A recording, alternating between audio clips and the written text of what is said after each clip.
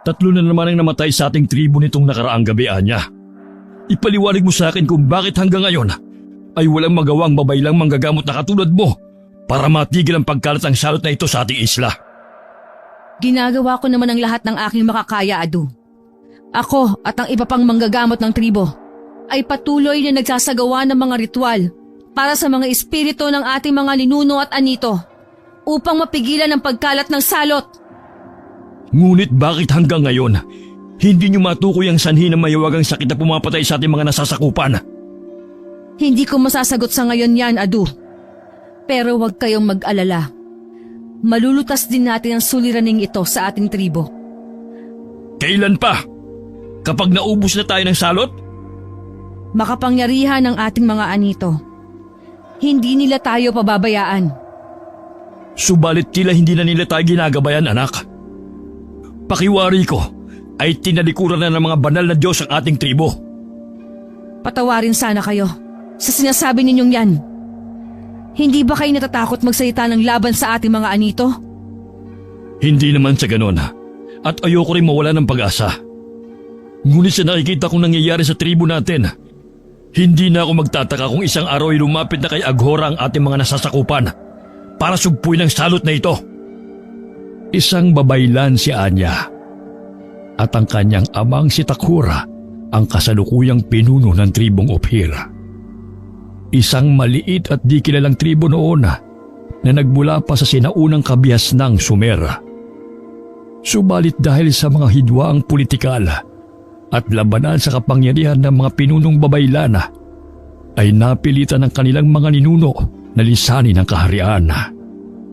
Naglakbay ang mga ito sa pamamagitan ng mga kalupaan, disyerto at mga karagatan. Naging mahirap ang paglalakbay, kaya't kaunti na lang ang nalabi sa mga ito nang makarating sa isang bulubundukin sa silangang bahagi ng Java o sinaunang Java. Mula sa panahon ng Imperyong Srivijaya ay payapang namuhay ang kanilang mga ninuno roon hanggang sumibol ang Indianong Imperyo ng Majapahit. Subalit nang bumagsak ito dahil sa hidwaan ng mga pinuno at pagpasok ng mga Muslima, ay napilitan uli silang lumikas para sa kapayapaan at pagpreserba ng kanilang mga tradisyon.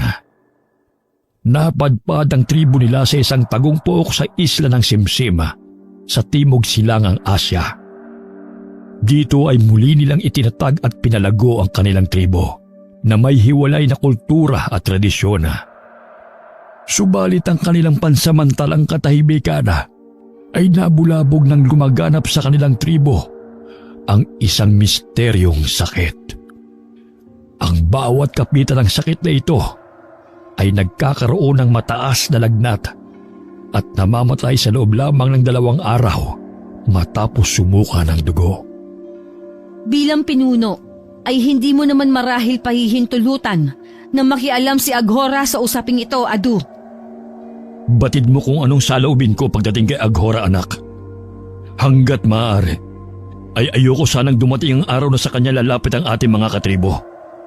Subalit hindi ko rin maiwasang mabahala dahil tila hindi na pinakikinggan ng mga Diyos ang ating mga dasal. Hindi totoo yan. Alam kong ituturo rin ng ating mga anito kung ano ang dapat nating gawin. At hindi rin kami titigil sa pagsasaliksik hanggang hindi namin natutuklasan kung paano masusugpo ang misteryong sakit na ito. May awa ang ating mga Diyos, Adu. Hindi lubusang masisinian niya ang Ama kung panghinaan man ito ng pananampalataya sa kanilang mga Diyos. Tumataas na kasi ang bilang ng mga nasasawi sa kanilang mga katribo dahil sa misteryong sakit na sumasalanta sa kanilang isla. Kahit siya'y nababahala na rin dahil parang walang nangyayari sa mga ritual at dasal na isinasagawa nila para pigilan ang patuloy na pagkalat ng sakit. Hindi niya tuloy maiwasang magduda kay Aghora, ang nag-iisang babaylan sa kanilang tribo na gumagamit ng itim na mahika at kakaibang ritual. Tulad niya ay 18 pa lamang din ito. Ngunit may mataas na antas na rin ito ng kaalaman sa mga mahiwagang dasal ritual at makapangyarihang mga kataga. May kakayahan itong tumawag ng mga espiritu na kung tawagin ay mga demonyo. Ang kakaibang kaalaman nito ang dahilan kung bakit hindi ito itinalaga ng kanyang ama bilang isa sa mga babaylang manggagamot sa kanilang tribo. Subalit ilang araw lamang ang nakalipas, ay nalaman niyang nakipagpulong si Aghora sa kanyang ama at sa mga matatandang tagapayo. Hindi ako pumapayag sa gusto ni Aghora Adu. Kalapastanganan sa ating mga anito ang pakikipag-ugnayan sa mga espiritu ng kadiliman. Alam ko, ngunit hindi lamang tayo magpapasya sa bagay na ito. Kaya nga kinausap rin ni Aghora ang mga matatanda sa tribo dahil alam niyang nakasalalay din dito ang kaligtasan nating lahat. Paano tayo nakatitiyak nung wala siyang kinalaman sa tila sumpang ito sa ating isla? Magkababata kayong dalawaan niya. Magkaiba man ang taglay ninyong kakayahan, ay alam mong hindi gagawa ng ikasasama ng ating tribo si Aghora. Isa pa, ay wala siyang dahilan upang bigyan tayo ng sumpang salot. Dahil naging mabuti naman ang ating tribo sa kanilang angkana, kahit dayuhan lamang sila sa ating isla. Alam ni Anya ang kasaysayan kung paano naging kabilang ang angka ni Aghora sa kanilang tribo. Dayo lamang ang mag-asawang ninuno nito sa kanilang isla. Ang mga ito ay nagmula sa isang sultanatong kaharian sa Tibog na pinamumunuan ng sultan na si Sharif al-Hashim. Tulad nila, ang mag-asawang ito ay naniniwala sa maraming mga Diyos at Espiritu. Ang mga paniniwalang ito ay ipinagbabawal ng sultana, kaya't napilitan din ang mga itong lisanin ng Muslim na kaharian. Nang mga panahong yon, ang abuelo ni Takhur ang pinuno ng tribong Ophir. Tinanggap nito at ng mga taga-isla ang mag-asawa at itinuring na isa sa kanila. Ang mga naging anak nito ay nakapag-asawa ng mga katribo nila. Subalit ang angka nito ay isa-isang napapaslang sa mga digmaan nila laban sa mga kalaban nilang tribo. Hanggang si Aghora na lamang ang natira sa kanilang angkana. Dahil dito ay naging masigasig ang dalaga sa pagpapalakas ng kakayahan nito sa paggamit ng mahika negra o itim na kapangyarihan. Kung kaya't hindi maiwasan ni Anya na pagdudahan ng tunay na intensyon ng kababata. Kahit na, Adu, wala pa rin akong tiwala sa plano niya. Hindi pa naman nagbibigay ng kanilang pasya mga matatanda ng tribo. Pinag-iisipan din marahil nila ng husto ang mungkahi ni Aghora. Sana ay huwag silang pumayag. Masyadong mapanganib ang ritual na alam ni Aghora. Nag-aalala lang ako para sa kaligtasan ng ating mga katribo. Naiintindihan kita, anak. Ngunit alam mong sa mga masaselang usaping tulad nito, hindi lamang ang pinuno ng tribo ang nasusunod. Kaya nga may matatandang tagapayo. May katotohanan ng sinabing yon ng kanyang ama. Sa tribo nila, hindi lamang ang pinuno ang nagpapasya. Madalas ay mas nasusunod ang mga matatandang tagapayo. Ang pinuno para sa kanila ay kinatawan lang ng buong tribo sa pakikipag-ugnayan sa mga matataas na Diyos. Ang mga babaylan namang tulad niya ay tagapamanggitan ng tribo sa kanilang mga anito at mga ninuno. Ganun pa man, umaasa pa rin si Anya na hindi pa hihintulutan ng kanyang ama ang nais mangyari ng kababata niyang itim na babaylan. Subalit ilang pagbilog na ng buwan mula nang kausapin ni Aghora ang mga matatanda, ay hindi pa rin sila nakakahanap ng lunas sa mahiwagang sakit. Dahil dito, ay muling lumapit sa matatanda at sa kanyang ama, si Aghora. Isang kabaliwan ang sinasabi ni Aghora, Adu. Huwag kayong makikinig sa kanya. Hayaan muna natin siyang magpaliwanag, Anya. At anong paliwanag ang nais ninyong marinig mula sa bibig ng isang babaylan na gumagamit ng itim na mahika? Tila nakakalimot sa kagandaang asal ang ating pinunong babaylan. Marahil nalilimutan niyang ito'y mahalagang usapin. Hindi ito panahon ng pagiging isip bata. Lapastangan! Ikaw ang nakakalimot sa dapat mong kalugaran. Isa ako sa may mataas na posisyon sa kapulungang ito. Kaya't matuto kang gumalang. Wala kang karapatan upang magwika sa akin ng ganyan. Kung ganon, ipagpaumanhin ninyo ang magaspang kong asal. Subalit bakit kaya hanggang ngayon ay hindi pa nakakahanap ng lunas sa salot na ito ang ating dakilang punong babaylan? Huwag kang magtanim ng pag-aalinlangan sa isip ng mga tao rito, Aghora. Dahil batid ng ating pinuno at ng mga matatandang tagapayo na hindi kami tumitigil sa paghahanap ng lunas sa kumakalat na sakit. Patuloy kami nagsasaliksik. Mga pagsasaliksik na walang saysay. Walang magagawa maging ang kaalaman mo sa panggagamot.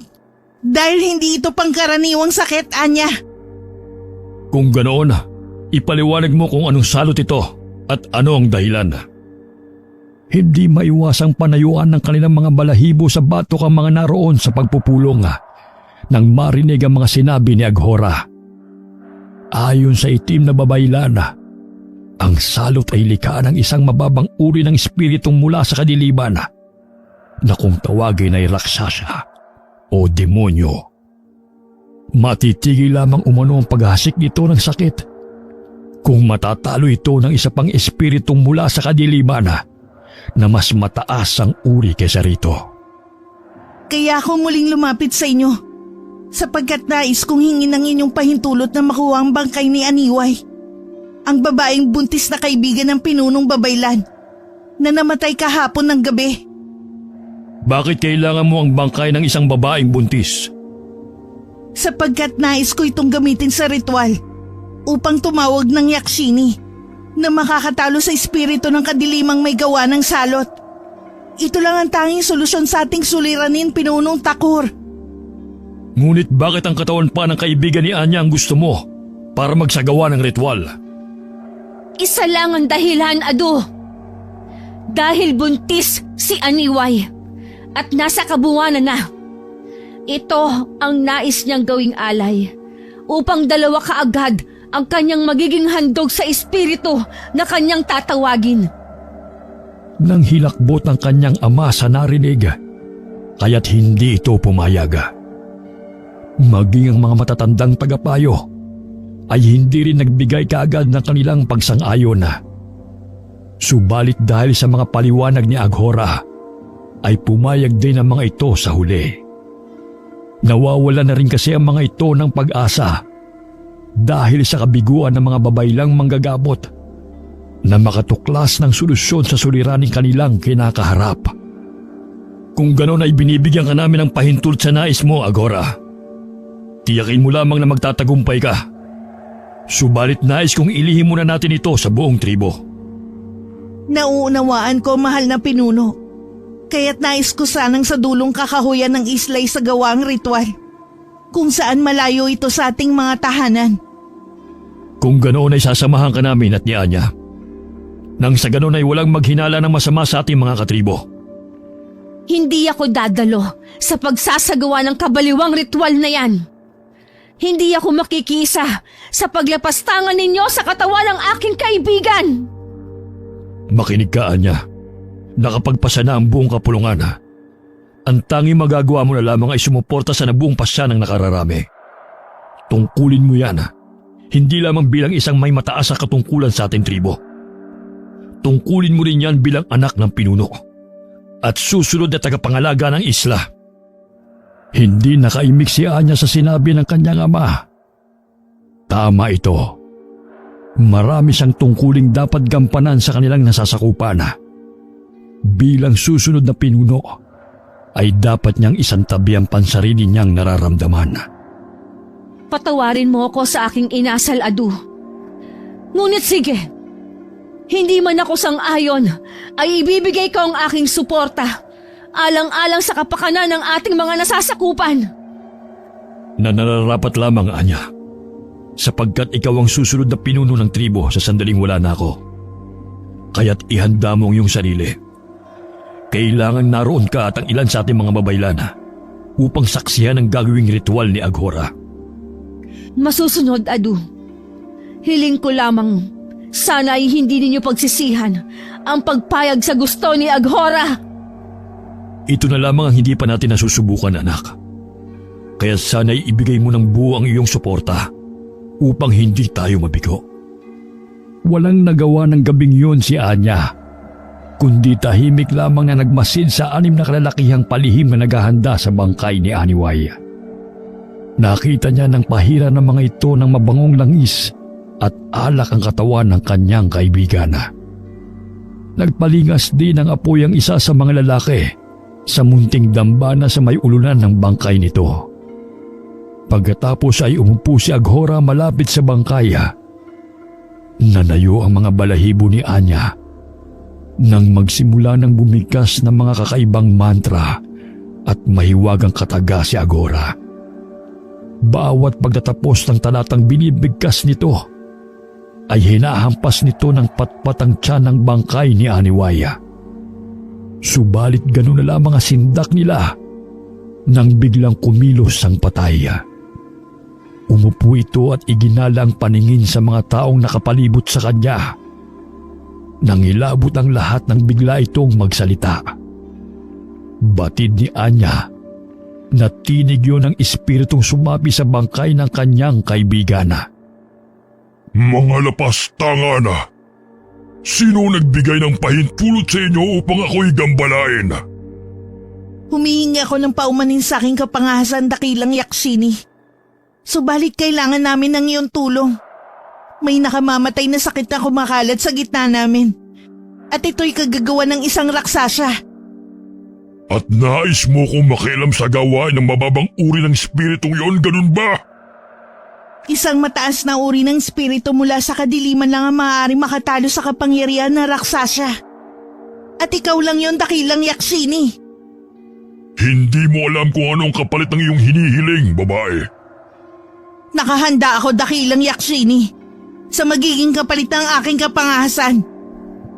Mahusay kang magsalita, matabil na babae. Ngunit hindi ako nadadaan sa ganyang kunwaring kababaan ng loob at mga papuri. Nakakakilabot ang tinig ng Yaksini na nasa katawan ng bangkay ni Aniwaya. Lalo silang nangilabot nang biglang may tumulong dugo mula sa mukha at bibig ng bangkay. Halos lumuwa ang mapupulang mga mata nito at lumaki ang ngisi na halos ikabiyak ng pisngi nito.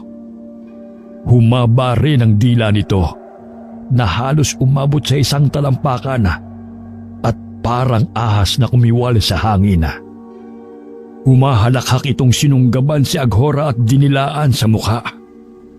Bawat pagdikit ng dila nitong puno ng malapot na laway ay lumalapnos sa mukha ng dalaga. Masyado kang tuso at pangahas, babae. Ngunit gusto ko ang nilalaman ng isip at puso mo. Pakiusap, dakilang espiritu mula sa kadiliman. Pagbigyan mo ang lahat ng kahilingan ko. Hindi mo alam kung ano ang iyong nais mangyari, babae. Hindi mo ba alam na anumang kahilingang pagbigyan ko ay may kapalit? Alam ko. Kaya 2 kaluluwa ang alay ko sa'yo, kapalit ng mga kahilingan ko. Hangal! Sa palagay mo ay sapat na ang 2 kaluluwang alay mo? Kung ganun ay kulang pa ang kaalaman mo tungkol sa akin. Hayaan mong turuan kita. Nakahanda ako, dakilang Yaksini. Pagbigyan mo lang ang aking mga kahilingan. Kung ganun ay makinig ka. Anumang naibigay ko na ay hindi ko na mababawi. Kaya tiyakin mo kung ano talaga ang nais mong hilingin. Dahil walang kapangyarihan sa lupa na maaaring kumontra o magpawalang bisa sa mga bagay na naipagkaloob ko na. Ito'y mananatili hanggang sa katapusan ng mundo. Nauunawaan ko. Kaya't nangahas ako na tawagin ng makapangyarihang espiritong tulad mo. Batid ko mapagbibigyan mo ko dahil walang hanggan ang iyong kapangyarihan. Hindi makuhang umalis ni Anya at nang iba pa sa kanilang mga kinatatayuan dahil sa kilabot. Tila na estatwa sila habang mulagat na nakatingin sa mga nangyayari. Ngunit sa kabila ng takot, ay nanaig kay Anya ang sigaw ng konsensya. Hindi niya hahayaang patuloy na gamitin ang espiritu ng kadiliman ang kaawa-awang katawan ng kanyang kaibigan. Umiral din sa kanya ang pag-aalala para sa kaligtasan ni Agora. Umusal siya ng ilang mahiwagang kataga ng proteksyon bago malakas na nagsalita. Nakikiusap akong lubayan mo ang katawan ng aking kaibigan. Espiritu ng kadiliman! Tumahimik ka, Anya. Siya nga naman, magandang dilaga. Tumahimik ka lang sapagkat wala ka nang magagawa para iligtas ang kaluluwa ng buntis mong kaibigan. Naialin na sa sakin ng iyong kasamahang babaylana.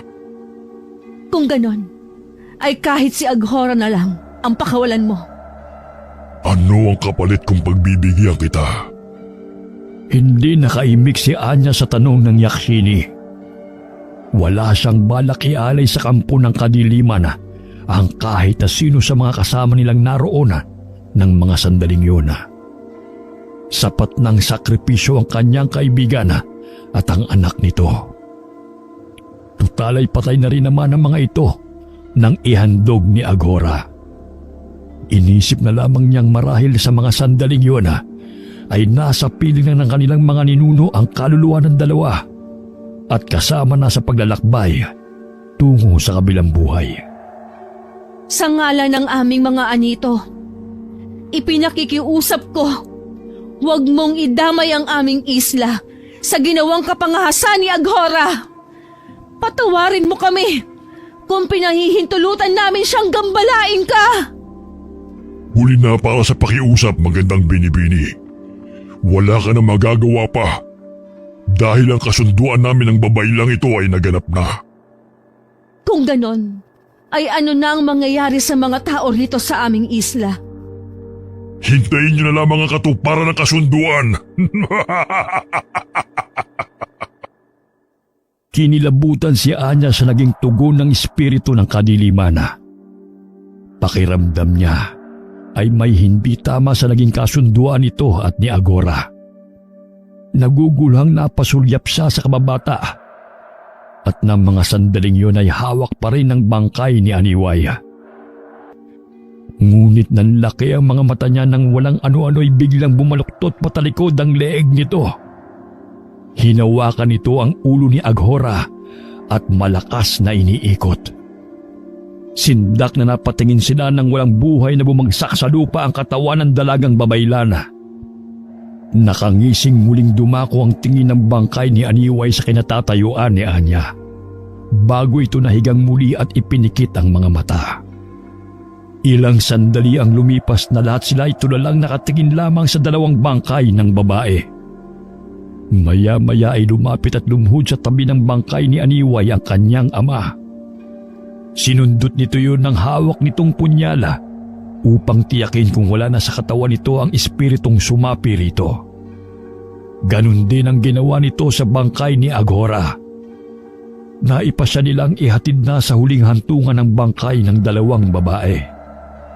Subalit bago nila nagawa ang pagsunog sa mga ito, ay napansin ng kanyang ama ang paggalaw ng tiyan ng kanyang kaibigan. Sandali lang mga kasama. Gumalaw ang tiyan ng bangkay ni Aniway. Palagay ko ay buhay pang sanggol sa kanyang sinapupunan. Paanong mangyayaring buhay pa ang kanyang sanggol? Gayong isang araw at 2 gabi na siyang patay. Maaaring tinulungan ng espiritu ng iyong kaibigan na manatiling buhay ang kanyang sanggol sa sinapupunan. Ganun ang ginagawa ng mga kaluluwa para sa mga mahal nila sa buhay, hindi ba?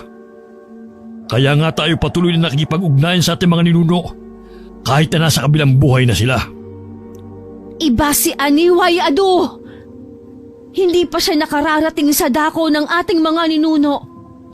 Wala pa siyang basbas na mga anito, kaya't hindi ako naniniwalang buhay pang sanggol sa loob ng tiyan niya. Ngunit gumalaw ang sanggol, hindi mo ba nakita?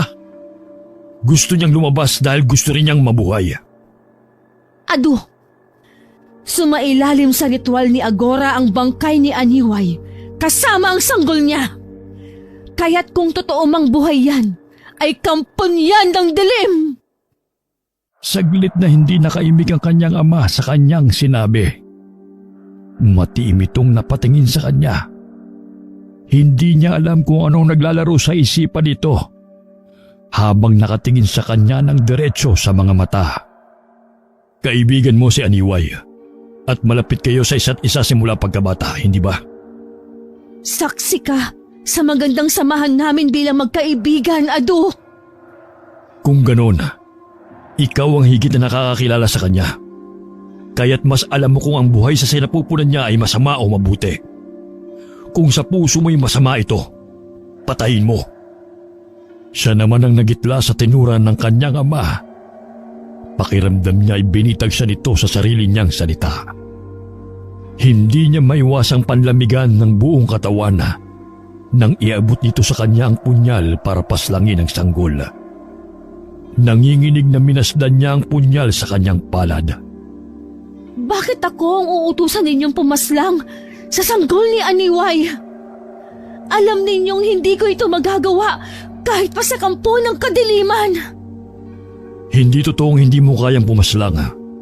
Ang totoo ay hindi mo rin natitiyak kung masama o mabuti ang isang nilalang. Tandaan mong lagi na hindi pa maaaring husgahan at parusahan ng kamatayan ang wala pang kasalanan, Anya. Napatingin na lamang si Anya sa kanyang ama. Binawi nito sa kanyang kamay ang punyala at maingat na binuksan ang tiyan ng bangkay ni Aniway.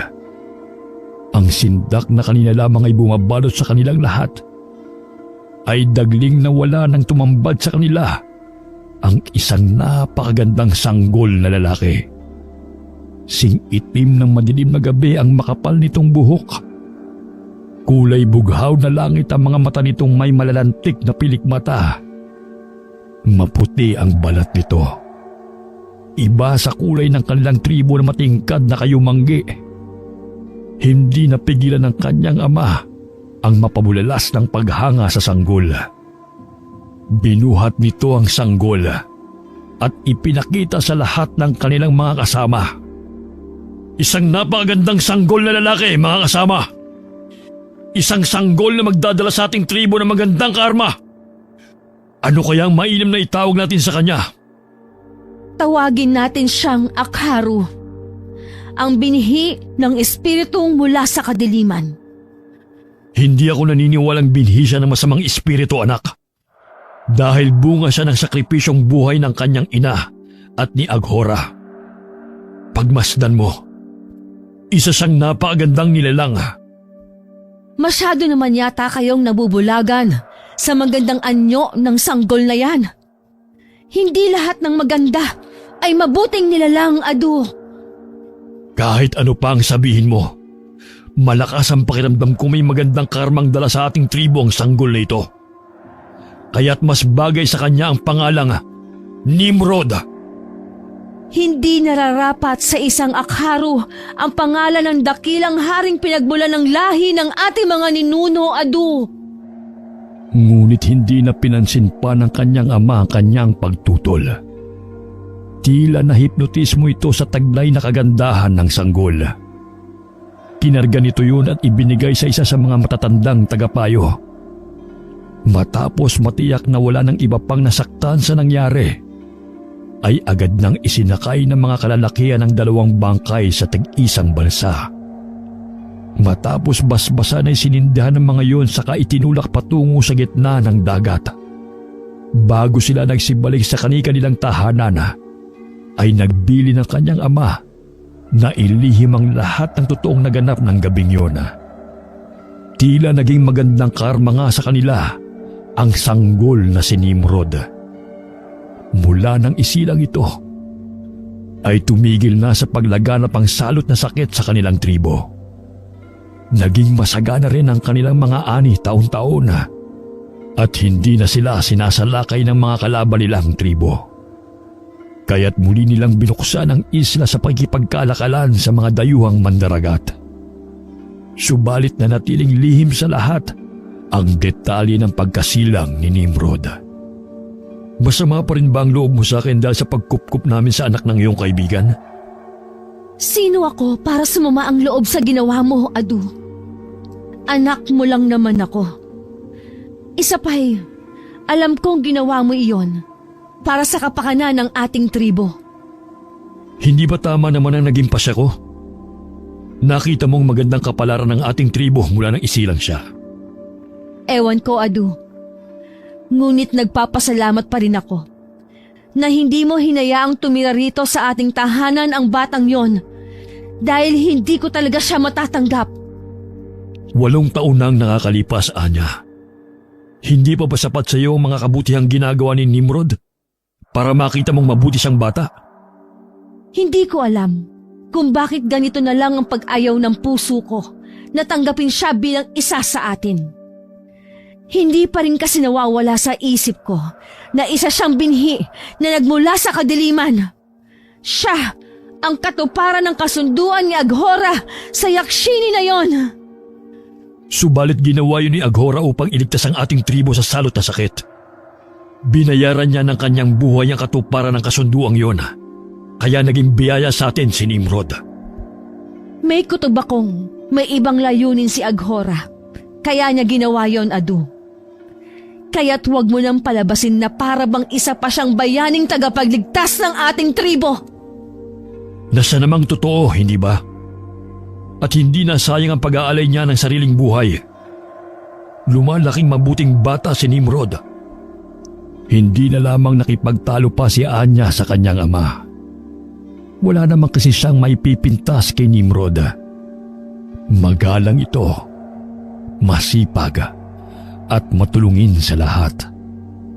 Nang tumungtong ng 15 taong gulang si Nimrod at siya naman ay 33 na, ay nagsimula niyang mapansin ang kakaibang mga tingin sa kanya ng binatilyo. Tila hindi na rin ito nahihiyang lumapit sa kanya at makipag-usap.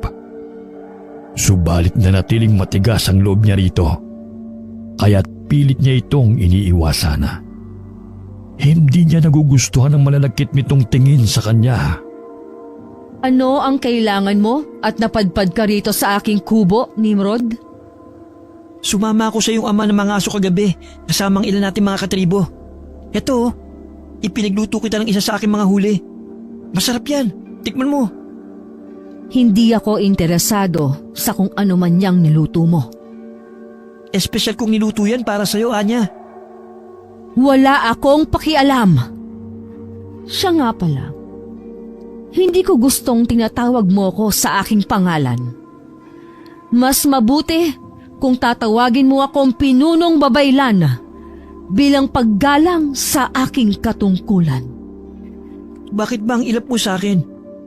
Ang sabi naman ng iyong ado, maaari kitang tawaging Anya kapag tayong dalawa lamang. Isa lang naman ang dahilan kung bakit masungit ako sa iyo, Nimrod. Ito'y dahil ayokong lumalapit ka sa akin. Ni ayokong makita ka. Dahil nasusuklam ako sa iyo. Ngunit, anong nagawa ko para kasuklaman mo ko? Wala. Sadyang ayoko lang sa iyo. Sana'y maliwanag sa iyo yan. Magugustuhan mo rin ako balang araw, Anya. Gagawin kong lahat upang mapaibig ka. Pangako yan. Naging totoo si Nimrod sa sinabi nito.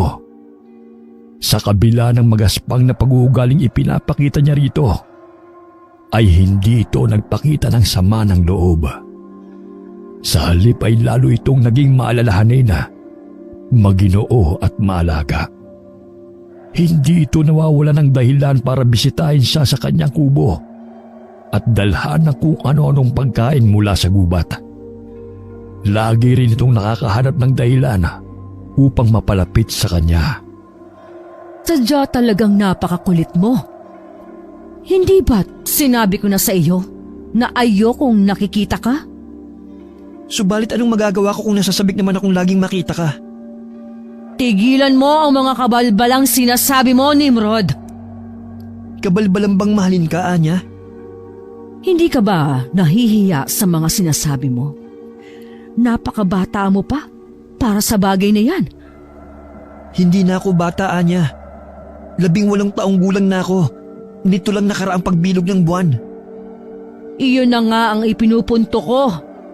18 taong gulang ka pa lang samantalang ako'y magta-36 na sa susunod na pagbilog ng buwan. Halos kalahati ng mga taon ko ang edad mo. Wala akong pakialam, Anya.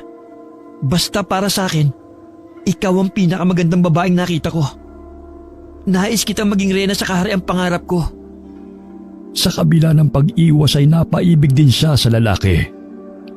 Tila kasi may taglay na paghahalina ang asul nitong mga mata. Bagay na hindi tinutulan ng kanyang ama. Lumaki kasing matalino, masipag at maginoo ang binata. Kaya't kinagigiliwan ito ng lahat. Ngunit sa kabila ng namamagitan sa kanila, ay naroon pa rin ang pag-aalinlangan niya rito.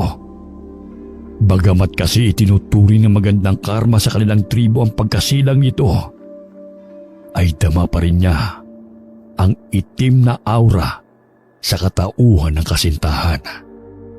Natutuwa ako tatanggap mo na rin si Nimrod, anak. Nakakayamang banggitin ito sa iyo. Subalit naniniwala akong kayo talaga ang itinakda ng ating mga Diyos para sa isa't isa. Ngunit hindi ko maintindihan ang sarili ko, Adu. Kalahati ng puso ko at isip ko ay tumututol sa nararamdaman ko para sa kanya. Anong ibig mong sabihin? Hindi mo totoong iniibig si Nimrod? Hindi sa ganon, Adu. Totoong may pagtingin ako sa kanya. Ngunit hindi ko alam kung bakit may bahagi sa puso ko ang tumututol sa damdamin ko para sa kanya. Marahil ay binabagabag ka lamang ng isipin na malaki ang tanda mo sa kanya. Marahil sa likod ng isip mo ay nahihiya ka dahil anak siya ng kaibigan mo. Sana'y ganun nga lang. Ngunit ibang pakiramdam ko. Ramdam ko ang maitim na aurang bumabalot kay Nimrod, Adu. Pakiramdam mo lamang yan, Anya.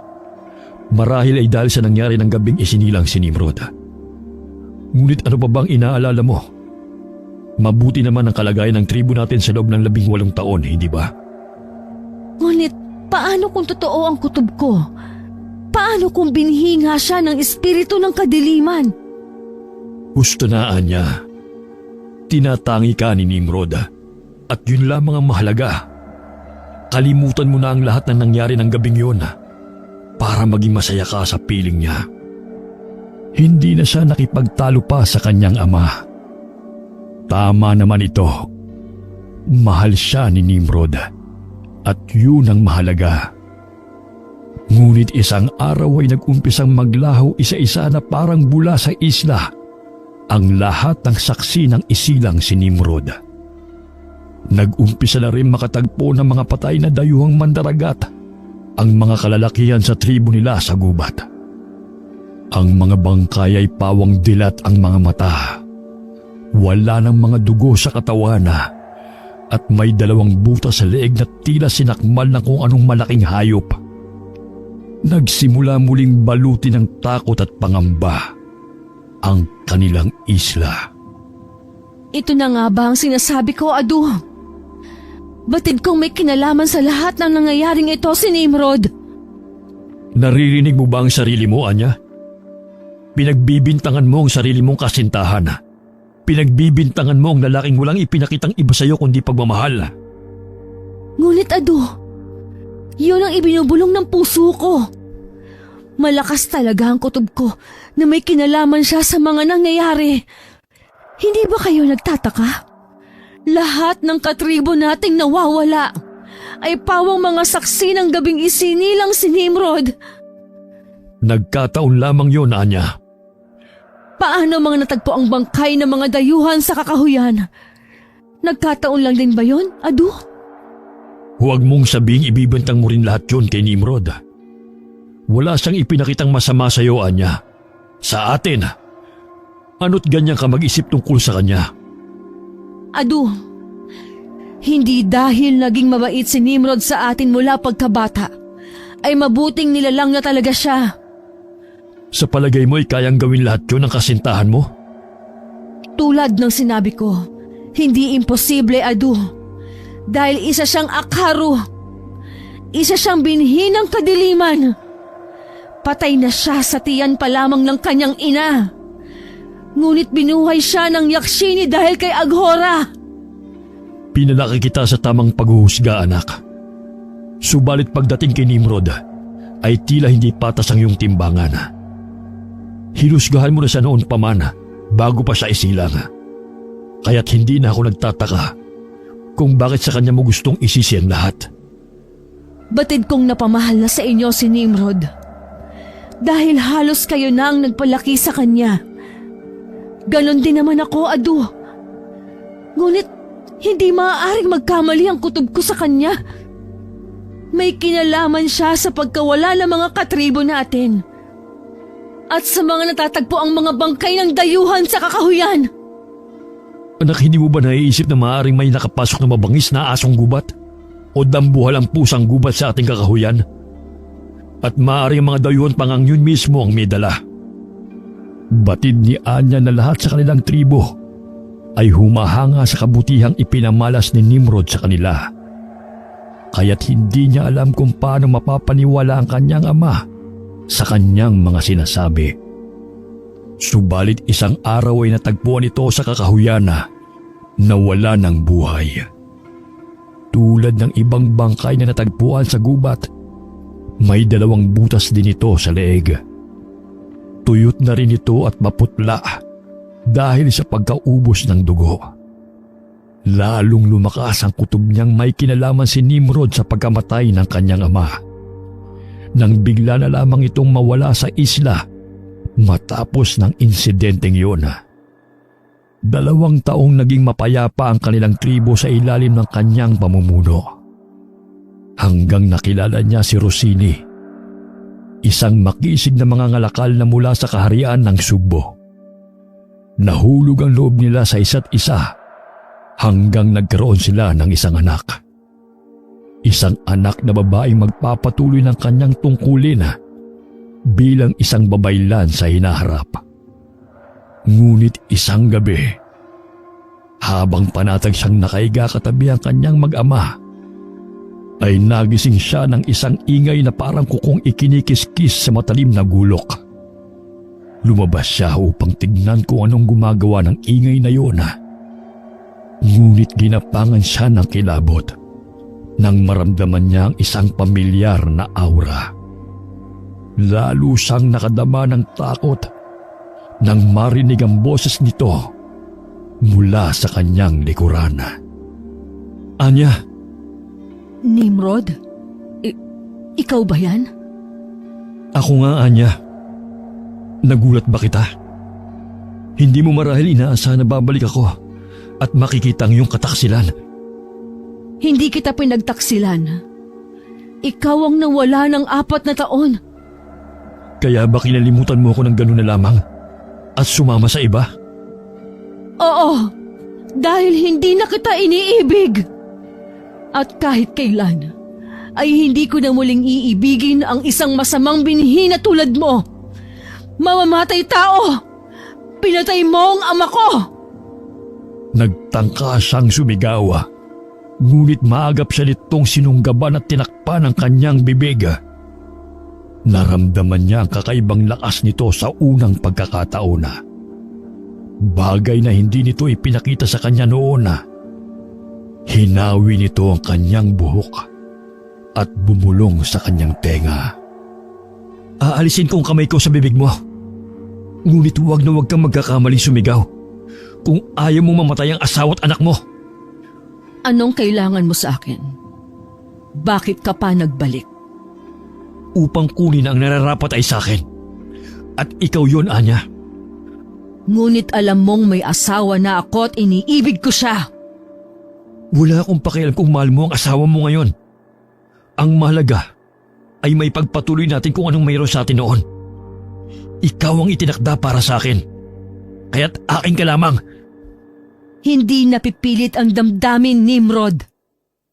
Hindi ko iiwanan si Rossini para sa isang walang utang na loob at mamamatay taong tulad mo.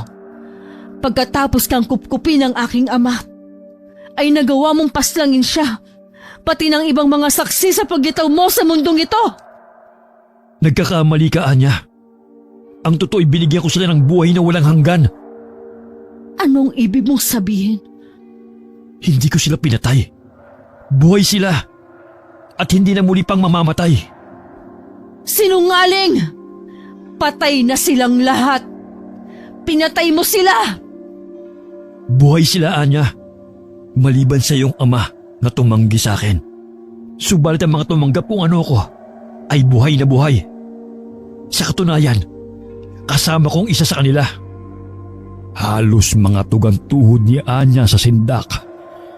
Nang lumabas mula sa madilim na bahagi ng bakuran ang sinasabi ni Nimrod na kasama nito. Hindi niya akalain sa loob ng maraming taon ay muli niya itong makikita. Maliwanag ang buwan, kaya't kitang-kita niya ang itsura nitong parang walang ipinagbago. Tulad pa rin ito ng dati nang huli niyang makita. Nakangisi itong lumapit sa kanila. Aghora? Hindi! Patay ka na, hindi ba? Nakita ko nang sunugin ng mga kalalakihan ng bangkay mo! Ngunit hindi mo nakita na natupok ang aking katawan. Ngunit nakita ko kung paano ka namatay. Hindi mo pa ba naiintindihan ng lahat, Anya? Ito na ang katuparan ng kasunduan ko sa espiritu ng kadiliman. Patay ka na! Patay na kayong lahat! Tama. Mga patay na nga kami. Ngunit mula sa ilalim ng lupa, ay muli kaming nabuhay upang hindi na muli pang mamatay. At makakamtan mo rin ang buhay na walang kamatayan kapag sumama ka sa akin, Anya. Hindi ako sasama sa iyo! Kampod ka ng dilim! Bagamat liwanag lamang ng buwan ang nagsisilbing tanglaw sa bahaging yon ng kanilang bakurana, ay banaag pa rin niya ang nagbabagang kulay sa pirong mga mata ni Nimrod. Mabalasik na katingin sa kanya ang mga yun. Dumugo ang labi ni Anya nang bigla siyang sampalin ni Nimrod. Napaluha siya na malasa ng kanyang sariling dugo. Sa mga sandaling yun, napatunayan niyang hindi talaga ito pangkaraniwang nilalang. Hindi mo alam kung ano ang tunay na ako, Anya. Nawala ko ng ilang taon upang bigyang katuparan ng isang kasunduan. Ngunit nagbalik ako. Binalikan kita upang alokin ka ng buhay na walang hanggan at maging katulad ko. Kailanman ay hindi ako magiging katulad mo. Anya, hindi mo ba naiintindihan? Maaari kitang gawing tulad ko na walang kamatayan. Kung isusuko mong buhay mo sa kapangyarihan ng Yaksini, tulad ng ginawa ni Aghora. Mas nanaisin kong tamis ng kamatayan at maghintay kung kailan susunduin ng aming mga ninuno ang aking kaluluwa. Tulad ka rin ng iyong ama. Nagmamatigas sa pagtanggi sa biyayang inaalok ko. Sasagot pa sana si Anya. Ngunit narinig niyang nagising si Rosili. Tinawag nito ang kanyang pangalan. Sa takot na baka kung anong gawin ni Nimrod sa kanyang asawa, ay sinagot niya ito upang hindi na ito lumabas. Nakita niyang tinapunan ni Nimrod ng masamang tingin ng kanilang kubo. Mamili ka, Anya. Ako o ang asawa at anak mo? Huwag mong idamay ang pamilya ko, Nimrod! Kung gano'n ay mamili ka, bilisan mo dahil iba ako kumainip. Iniibig ko ang asawa ko, Nimrod, at ang anak namin. Huwag mo nang ulit-ulitin pa sa mukha ko mga salitang yan, Anya. Lalo lamang kumukulong dugo ko sa ginawa mong kataksilan sa akin. Ngunit dahil espesyal ka sa akin, ay bibigyan kita ng pagkakataong iligtas mula sa galit ko ang asawa mo. Nanlamig siya sa takot sa sinabing yon ni Nimrod. Tila tukso pa na nagsalimbayan sa kanyang balintatawa ang mga bagay na maaaring gawin ito at i-Aghora sa kanyang mag-ama. Kaya't noon din ay nagpasya siya para na rin sa kaligtasan ng kanyang pamilya. Gawin mo na ang nais mo. Ipangako mo lang na hindi mo sasaktan ang asawa at anak ko. Nangangako ako, kung isusuko mong buhay at kaluluwa mo, ay poprotektahan ko pa sila. Hindi ko alam kung dapat ako magtiwala sa sinabi mo. Ngunit alang-alang sa kanilang kaligtasan ay pumapayag ako. Ang isang binhing mula sa mundo ng kadiliman na katulad ko ay laging tumutupad sa kasunduan. Ikaw lang naman tong taksil sa pangako mo. Hindi ka magsisisi sa magiging pasya mo, Anya. Bukod sa walang hanggang buhay, ay pagkakalooban ka rin ni Nimrod ng kapangyarihan. Sayang at lahat ng yan ay tinanggihan ng iyong ama. Dahil hindi siya uhaw sa kapangyarihan na tulad mo. Tama ng maraming usapan. Aghora, dalhin mo na si Anya sa ating dako. Maiiwan muna ako rito upang tuparin ang pangako kong proteksyon sa kanyang mag-ama. Pagkasabi no ni Nimrod ay nakita niyang nagpalit ng anyo si Aghora.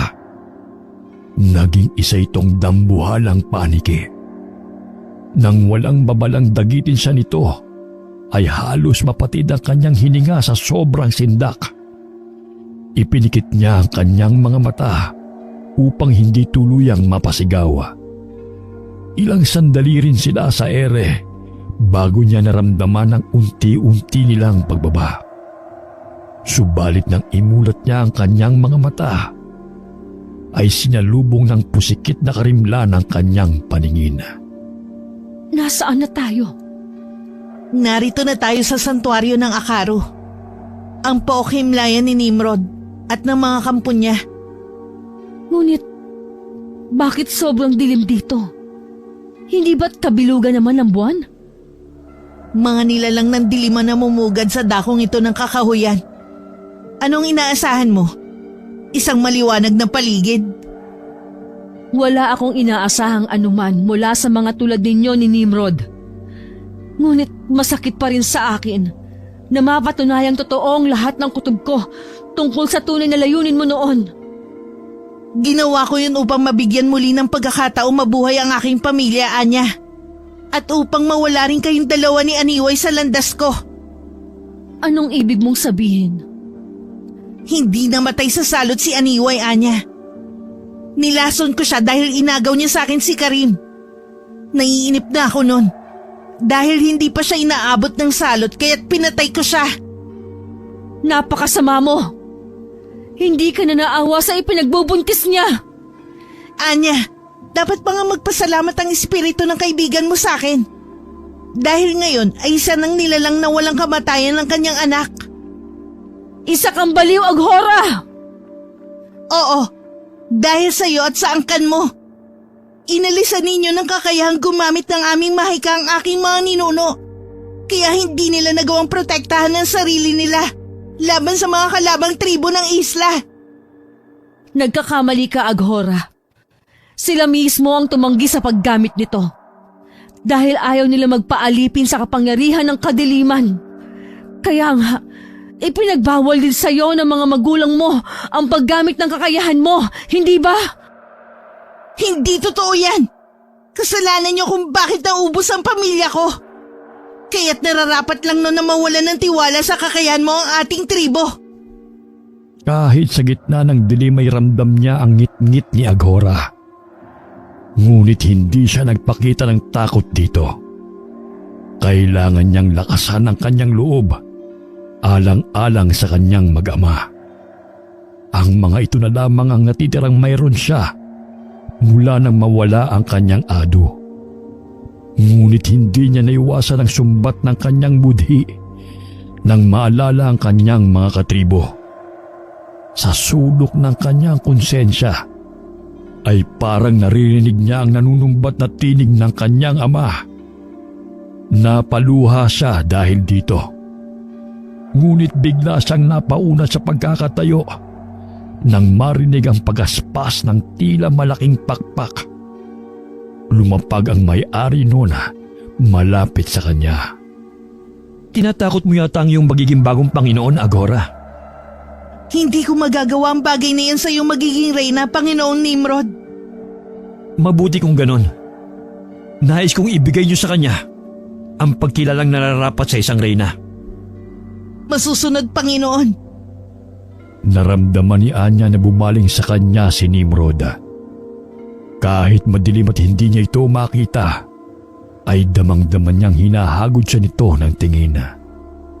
Batid niyang nakakakita ito sa dilim, tulad ng kampo nitong si Aghora.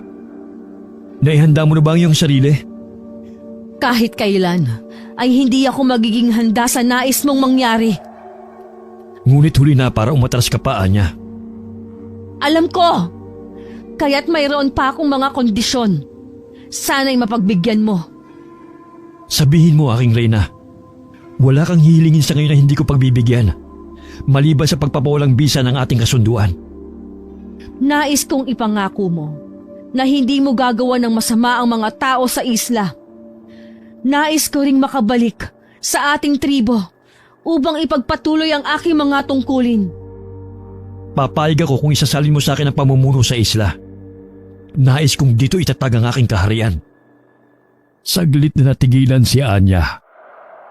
Nalimutan niyang ang mga tulad ni Nimrod ay hindi nagbibigay ng pabor ng walang kapalit. Ngunit huli na para bawiin pa niya ang kanyang mga sinabi.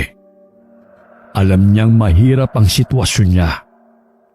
Ngunit para sa kapakanan ng lahat sa kanilang tribo, ay handa na siyang isakripisyo ang pag-ibig niya kay Rossini. Alam niyang mahirap man, ay mauunawaan din ito ang lahat kung ipaliliwanag niya at ipagtatapat ang buong katotohanan. Payag ako. Huwag mo lang sasaktan ng mga taga-isla, lalo na ang asawa at anak ko. Naipangako ko na sa iyo yan. Mangako ka ring hindi mo gagawing tulad mo ang ating mga katribo. Huwag kang mag-alala. Hindi ako hangalo upang gawing kampo ng mga tao magiging mananamba ko at tagasunod. Kaya't hayaan mong ipakita ko muna sa iyo ang kabuuan ng ating kinaroroonan. Pagkasabi nun ay narinig niyang bumulong ng mga kataga si Nimrod.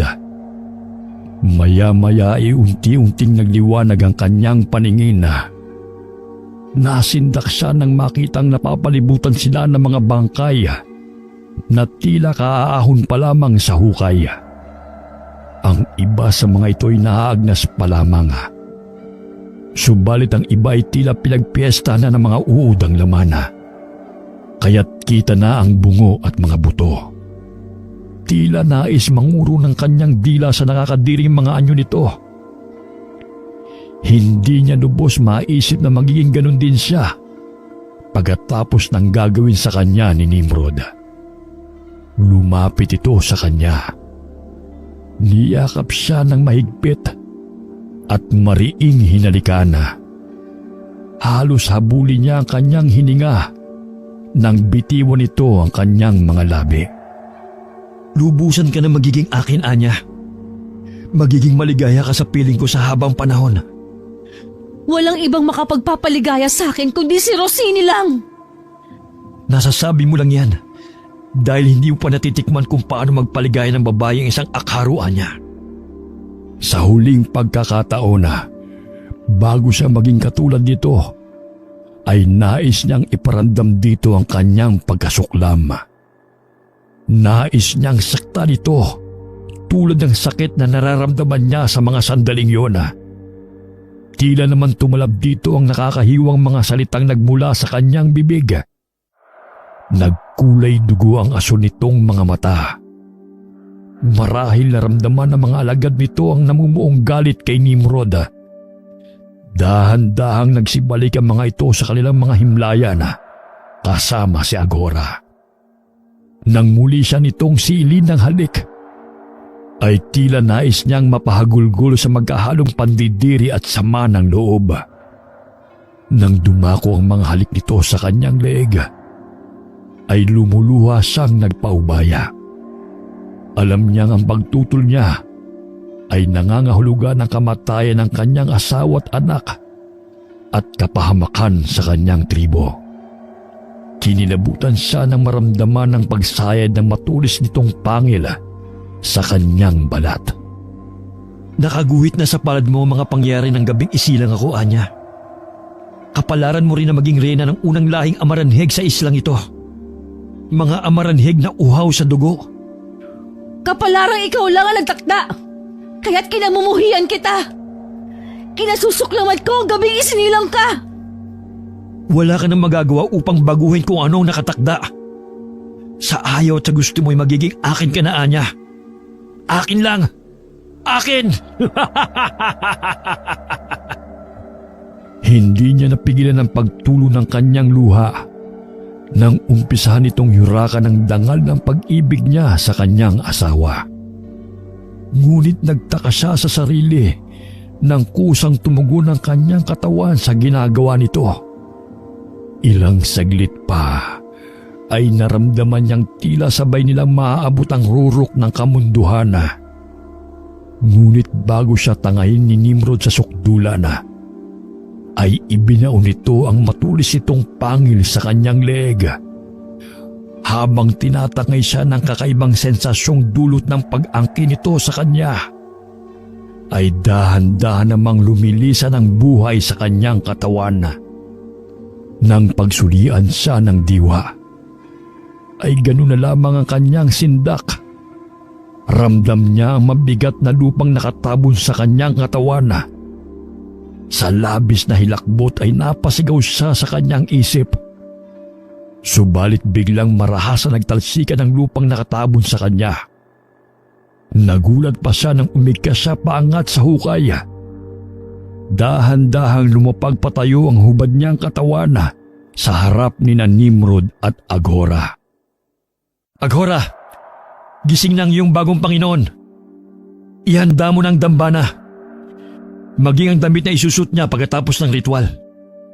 Naihanda ko ng lahat, Panginoong Nimrod. Mabuti naman kung ganon. Maaasahan ka talaga, Aghora. Napatingin siya sa dalawa. Nang igala niyang paningin sa paligid, ay wala sa loob na napahawak siya sa kanyang leeg. Ngunit ganun na lamang ang hilakbot niya nang biglang may kumiwal sa loob ng butas ng leeg niya. Nalikha ng pangil ni Nimrod. Napasigaw siya na mapagtantong isa yung uod na nagpipiesta sa nabubulok niyang laman. Pasensya ka na, aking reyna. 2 araw at 3 gabi ka rin kasing nahimlay sa ilalim ng lupa. Kaya't nagkaroon ng uod ang iyong sugat. Ngunit huwag kang mag-alala. Pagkatapos ng ritual, ay babalik ka sa dati mong alindog nung una kitang makilala. Wala akong pakialam sa alindog na sinasabi mo.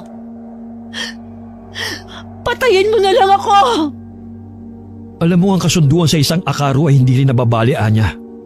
Maliban na lamang kung gagawa ka ng panibagong pagbubuwis ng mga buhay. Napakasama mo talaga!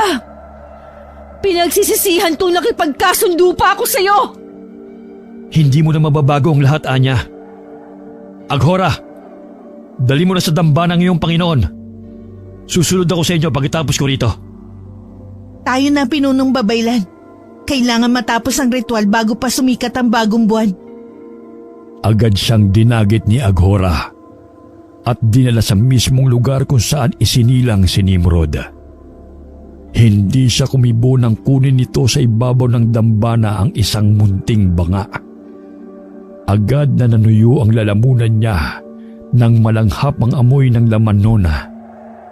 Pagkatapos siya nitong pahigain sa dambana, ay dahan-dahan itong ibinuhos ang laman ng munting banga sa kanyang kahubaran. Nanginig ang buong katawan niya sa pananabik. Subalit pinigil niya ang sarili hanggang dumating si Nimrod. Nakasuot na ito ng itim na kapa na may talukbong sa ulo. Tumayo ito malapit sa kanyang ulunan at umusal ng mga mahiwagang kataga. Pagkatapos ay itinapat nito ang palapulsuhan nito sa kanyang bibig. Hindi na niya napigil ang kanina pang nadaramang uhaw. Buong kahayukan niya itong sinunggaban. Ganyan nga, Anya. Pawiin mo ng aking dugo ang pagkauhaw mo. Nang sa ganon, anumang meron ako'y magkakaroon ka rin.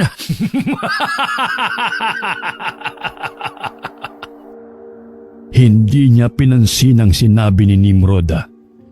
Nagpatuloy lang siya sa pagsipsip sa dugo nito na parang gutom na sanggol. Naramdaman niyang unti-unting naghihilom ang butas sa leeg niya.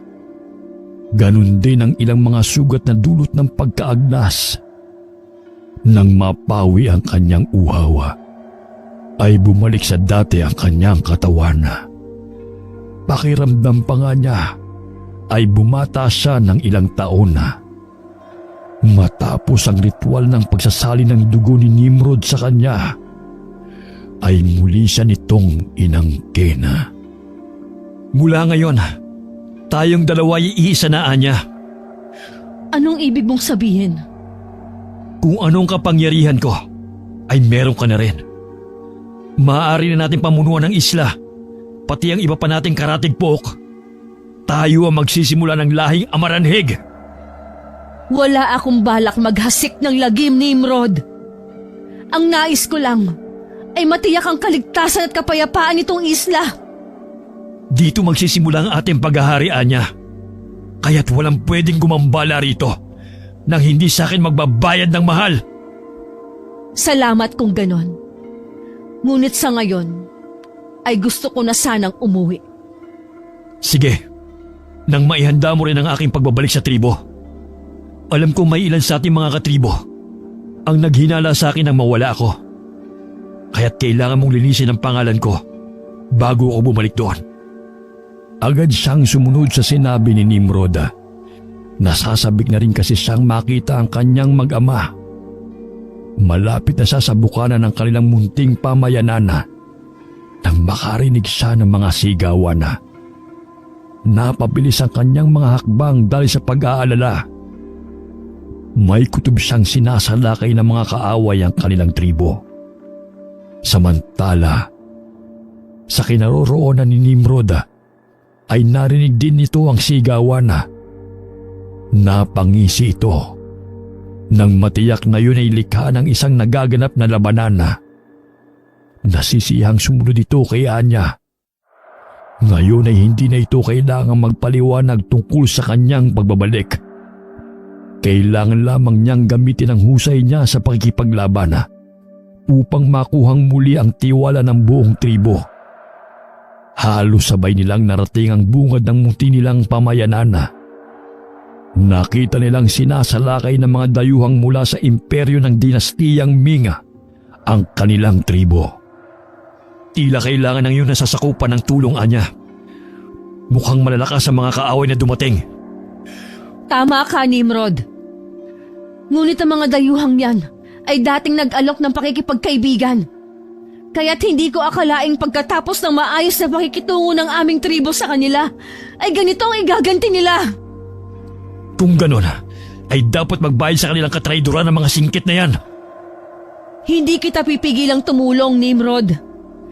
Ngunit ipaaalala ko sa iyong hindi dapat malaman ng kahit na sino ang tunay mong katauhan. Hindi ko nakakalimutan. Ngunit kahit hindi ako gumamit ng kapangyarihan, ay hindi pa rin makakaligtas sa lupit ko ang mga dayuhang yon. Pagkawika noon ay buong bangis na dinaluhong ni Nimrod ang isang dayuhang may hawak ng sandatang sumasabog. Agad na pinilipit nito ang leeg ng lalaki. Kakaiba ang kanilang mga pana at palaso, Nimrod. Sumasabog at nag-aapoy ang dulo. Tila walang laban ng mga sibat at palaso ng aming mga mandirigma. Meron pa silang mga kalasag at suot na baluti. Bakit ka pinanghina ng loob, aking reyna? May mga kamatayan ng mga yan. Samantalang tayo ay wala. Ngunit paano ang mga tao, Nimrod? Wala silang kakayahang tulad ng sa atin. Ako ang bahala. Kung merong mang dugong dadanak sa lupain ng islang ito, ay mula sa mga dayuhan at hindi sa ating mga katribo. Kung ganon, ay gawin mo kung ano ang nararapat. Titignan ko lang ang kalagayan ng aking mag-ama. Bakit pa? May proteksyon sila sa ating kasunduan. Hindi sila masasaktan ni numan. Gusto kong makatiyak, kaya't pagbigyan mo na ako. Hindi nakaligtas kay Anyang matalim na tingin ni Nimrod ng talikuran niya ito. Subalit hindi na niya ito pinansin at mabilis na tinungo ang kanilang kubo. Ngunit nang makarating siya roon, ay nakita niyang nakikipaglaban si Rossini habang kip-kip ng isang braso ang isang taong gulang nilang anak. Agad sumulak ang kanyang galit at mabilis na sumalakay upang tulungan ang asawa. Nang malipol nila ang mga kalaban, ay agad niyang inakay ang asawa sa loob ng kanilang kubo. Ipinagtapat niya rito ang buong katotohanan. Sinabi rin niya ang tungkol sa naging kasunduan nila ni Nimrod. Masakit man, ay naunawaan ni Rossini ang lahat. Nagpasa itong bumalik na lamang sa kaharian ng Sugbo at isama ang kanilang anak. Tila sinaksak ng 1,000 beses ang puso niya nang lisanin ito ng gabiringyo ng isla. Nang magbalik siya sa labanan, ay ibinuhos niya ang lahat ng kanyang galit at sama ng loob sa mga kalaban. Mahusay ka pala sa pagkipaglaban, Anya. Hindi ko nakita yan noon sa'yo. Tungkulin ng isang anak ng pinuno ang magsanay sa pakikipaglaban mula pagkabata, Nimrod. Kung gano'n ay madali na natin malulupig ang mga kalaban. Nagawan ko na ng paraan para hindi gumana ang mga sandata nilang pumuputok. Ngunit mahihirapan pa rin ang ating mga mandirigma dahil sa kanilang mga baluti at kalasag. Minamaliit mong talino ng ating mga mandirigma. Masdan mo sila. Alam nila kung saan patatamaan ang kanilang espada at palaso ang mga kaaway, Anya. Namangha si Anya sa taktikang ipinakita ng kanyang mga mandirigma, lalo na ang hanay ng mga mamamana. Maging mga ordinaryong mamamayan ng kanyang tribo ay buong husay ding nagpamalas ng kahusayan sa labanan. Hanggang nakita ng unti-unting umaatras patungo sa baybayin ng mga natitirang buhay sa mga ito. Mga kasama, kayo na muna ang bahala sa mga sugatan. Susundan namin ni Nimrod ang mga lapastangang dayuhan bago pa sila makarating sa baybayin. Tayo na, Anya. Malapit na silang makatakas. Hindi maaari. Pagbabayaran ng mga hangal na yan ang ginawa nilang kapangahasan. Walang dapat matirang buhay sa kanila. Bago pa nakarating sa kanilang sasakyang pandagat ang mga dayuhan, ay sinalubong ng mga ito ni Aghora. Nanuyong bigla ang lalamunan ni Anya nang makita ang pagpipiesta ng mga kampo ni Nimrod sa dugo ng mga kaaway. Nakaramdam din siya ng kakaibang pananabik nang tumalsik sa mukha niya ang dugo ng isang dayuhang tinagpasan ni Nimrod ng ulo, ay tila nawala siya sa sarili. Hayok na hinawakan niya ang walang ulong katawan nito at sinipsip ang masaganang dugo na bumubulwak sa leeg nito. Nang hilakbot siya nang tumambad na sa kanya, ang karumal-dumal na tanawin matapos ang lahat. Yun ang unang gabing nakatikim siya ng sariwang dugo ng tao. Bumalik na kayo sa ating pugad, Aghora. Malapit ang sumikat ang araw. Kailangan nyo nang magpahinga. Hindi niyo ba ako isasama sa pagbabalik sa tribo, Panginoon? Huwag kang hibang, Aghora! Matagal ka nang patay sa pagkakaalam ng mga tao sa isla. Anong iisipin nila kapag nakita ka nila? Tama ang iyong reyna, Aghora. Kaya't walang iba pang dapat makakita sa inyo rito. Magsibalik na kayo sa inyong himlayan. Nang makauwi si Anya, ay saka lamang kumawala ang mga luha niya dahil sa pagsisisi. Lalo siyang napahagulgul ang makita ang baul ni Rossini sa kanilang silid. Binuksan niya ito at isa-isang inilabas sa mga laman. Sa pamamagitan man lang ng pagtingin sa mga naiwang gamit ng asawa, ay mabawasan ang kanyang pangungulila. Subalit isang balunbon ng kasulatang gawa sa pinatuyong balat ng hayop ang nakita niya. Sa pinakailalim nito, nanlaki ang mga mata niya na matuklasang naglalaman yun ng malalakas na dasal kung paano ikukulong ang isang demonyo sa kawalan. Nasusulat ang mga kataga sa Sanskrit at sinaunang wikang Hebreo. Isa sa mga wikang itinuro ni Rossini sa kanya. Hindi niya akalaing may natatagong ganong kasulatan ng asawa.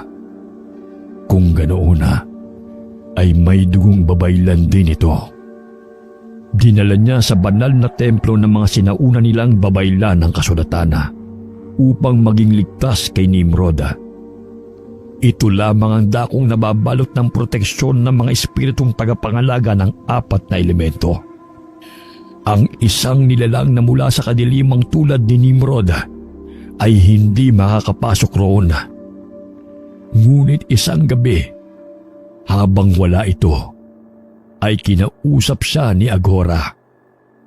Ang ibig mong sabihin, ikaw ang tumawag sa espiritong nagbigay ng salot sa ating tribo?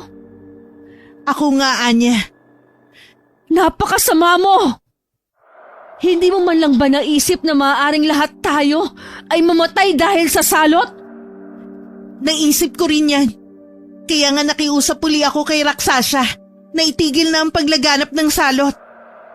Tutalay patay na rin si Aniway.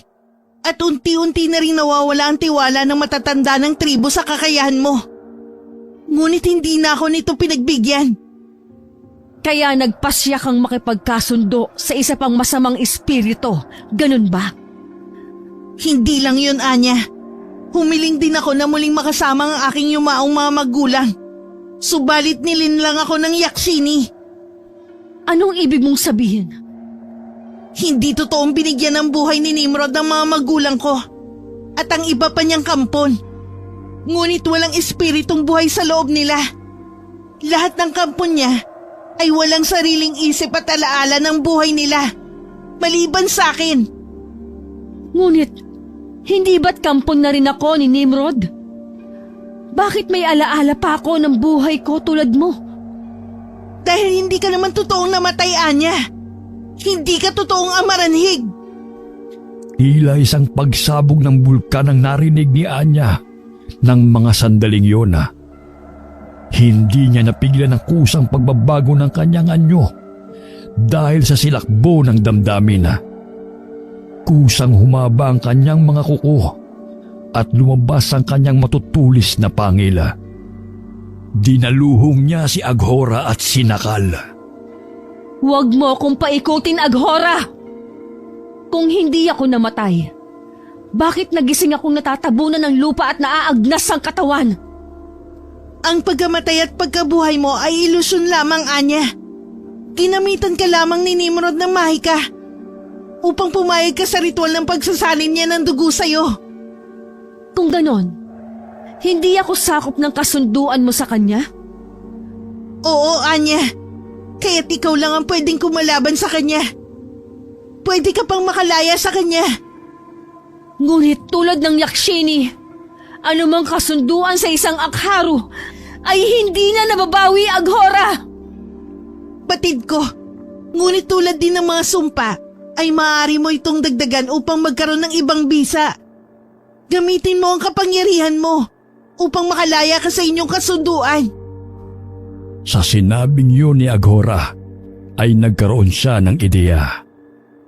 Maaari niyang pag-isahin ang kakayahan niya at ang kapangyarihang ibinigay ni Nimrod upang paganahin ang mga dasal sa kasulatang naiwan ni Rossini. Kaya't kailangan niyang ihanda ang kanyang sarili. Hindi niya mapapayagang magpatuloy ang kasamaan ni Nimrod. Batid niya sa malaot madali ay matutuklasan ng mga karatigpok nila na sa tribo nila nanggagaling ang mga nilalang na nananalakay sa kanila tuwing bagong buwan. Natatakot din siya para sa kaligtasan ng kanyang tribo. Nang muling sumapit ang gabi ng bagong buwan, ay isinakatuparan nila ang kanilang plano. Sigurado ka na ba sa pasya mo, Aghora? Alalahanin mong maaaring makulong din sa walang hanggang kadiliman ang kaluluwa mo pagkatapos nito. Nakahanda na ako, Anya, para sa kaligtasan ng ating tribo. Paraan ko na rin ito upang maibalik sa mapayapang paglalakbay sa kabilang buhay ang espiritu ng aking mga magulang. Natigil ang pag-uusap nila nang sa wakas ay dumating si Nimrod. Natuklasan na nito ang ginawa nilang pagtataksil ni Aghora. Nanilisik ang mga mata nito sa galit nang hinarap sila.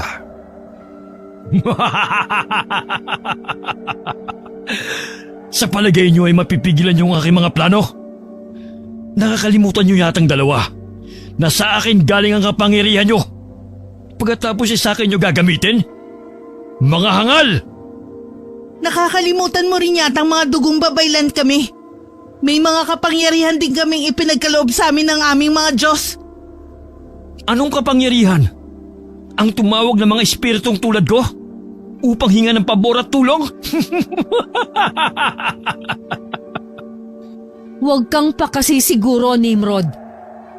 Hindi mo rin alam kung anong kaya naming gawin ngayon. Ganun ba? Kung gayon, ay subukan natin ang mga kapangyarihang binigay ng mga walang kwenta niyong Diyos. Tignan natin kung matutulungan nila ang mga mamamayan ng tribong Ophir. Ngunit napaghanda na nila ni Aghora ang kilos na ito ni Nimrod. Alam nilang uutusan itong sumalakay sa tribo, ang mga kampo nitong Amaranheg. Kaya't agad na naglagay ng harang na apoy si Aghora. Traidor ka, Aghora! Ako ang Panginoon mo! Ngunit nagawa mo akong kalabanin! Ako nagbigay ng pangalawang buhay mo! Kaya't kaya ko itong bawiin! Hindi mo basta magagawa yan, Nimrod. Dahil ikaw mismo ang nagsabi ang nabigay mo na, ay hindi mo na mababawi. Tama ka, Aghora! Hindi ko basta mababawi ang anumang ipinagkaloob ko sa'yo. Ngunit hindi ibig sabihin nun ay hindi na kita pwedeng parusahan sa iyong katraidoran. At ang parusa sa sino mang nagtraidor sa akin ay kamatayan! Anya, ngayon na! Kasabay ng sigaw ni Aghora, ay bumao naman ng mga pangil ni Nimrod sa leeg nito. Ngunit nabitiwan kaagad ito ni Nimrod nang makitang biglang umilaw ang katawan ni Anya na nakatayo sa di kalayuan. Sa ngalan ng mga bantay ng kalikasan, isinasamo ko ang kapangyarihan ng 4 na espiritong gabay ng mga elemento. Hangal! Ako ang prinsipe ng kadiliman, Anya. Kahit magsama-sama pa ang mga walang kwentang yan, ay hindi nila ako mapipigilan sa aking mga plano. Masyado mo namang minamaliit ang kapangyarihan ng mga tagapangalaga ng mga elemento, Nimrod. Kung ganon, ay umpisa na natin ang labanan, Anya. Tignan ko kung mapipigilan nila ang lakas ng bolang apoy mula sa impyerno.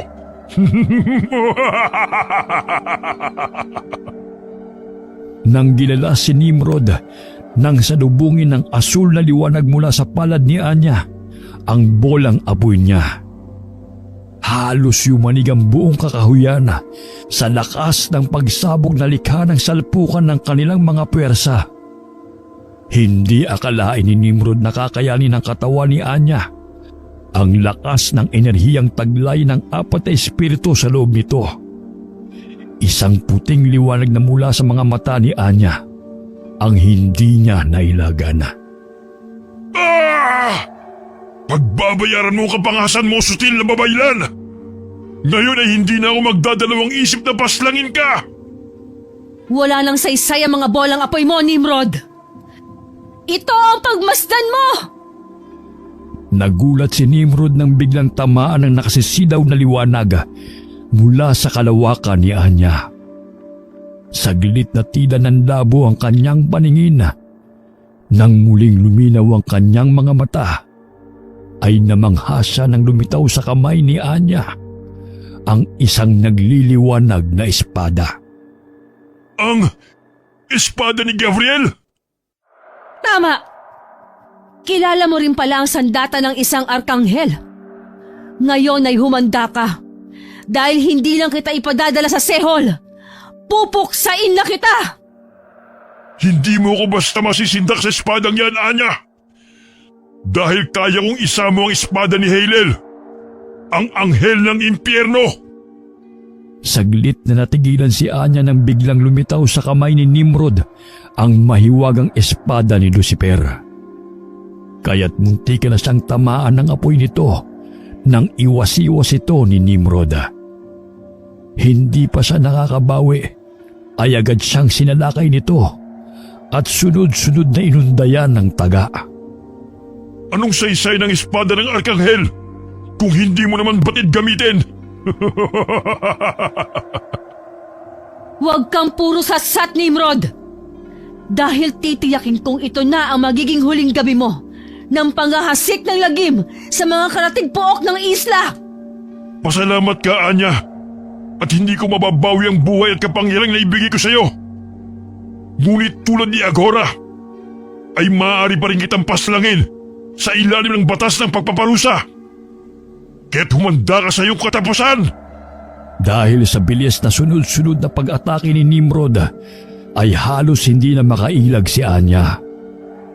Nakaramdam siya ng pangamba dahil unti-unti na siyang natatamaan ito. Ngunit nakasilip ng pagkakataon ng babae nang saglit na mawala ng pokus si Nimrod sa kanya dahil sa pagdating ng mga babaylan at mandirigma ng kanilang tribo. Isang ubod lakas na taga ang pinakawalan niya na tumama sa ulo ni Nimrod. Nasaksihan ng lahat nang unti-unti itong maagnas at uurin hanggang maging buto. Nang magliyab ito, ay kasabay nitong natupok ang katawan ni Aghora at ng mga kampo nitong amaranhig. Muling naglaho ang espada ni Gabriel, kasunod ng pagbabalik ni Anya sa dating anyo.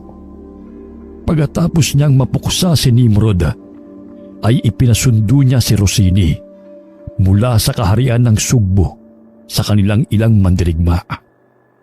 Sabik na sinalubong niya ito sa baybayin nang ibalita ng isang katribo niya ang pagdating nito.